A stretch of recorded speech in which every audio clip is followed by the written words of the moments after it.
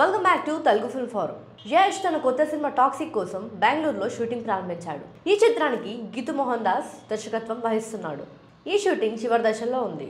ముంబై, గోవాలో షూటింగ్ పూర్తయిన తర్వాత టీం ఇప్పుడు బెంగళూరులో స్కెడ్యూల్ ప్రారంభించింది. యష్ తో పాటు కియారా అడ్వాణి, నయనతార, హుమా ఖురేషి, తారా సుతైరా కూడా ఈ షెడ్యూల్లో భాగమయ్యారు. హుమా ఖురేషి ఇటీవల జెబా అనే పుస్తకాన్ని విడుదల చేసి తన చిత్ర బృందానికి అందజేశారు. ఈ సినిమాలో యష్ డ్రగ్ లోడ్ పాత్రలో నటించగా నయనతార కీలక పాత్రల్లో కనిపించబోతున్నారు. కియారా అడ్వాణి యష్ ప్రేయసిగా కనిపించగా హుమా ఖురేషి నెగిటివ్ రోల్లో నటిస్తున్నారు.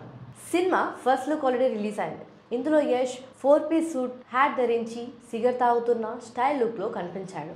ఈ పీరియాడిక్ డ్రామా 2025లో రిలీజ్ కానుంది. అయితే మొదట ప్రకటించిన ఏప్రిల్ 10, 2025 తేదీకి ఆలస్యమయ్యే అవకాశం ఉంది.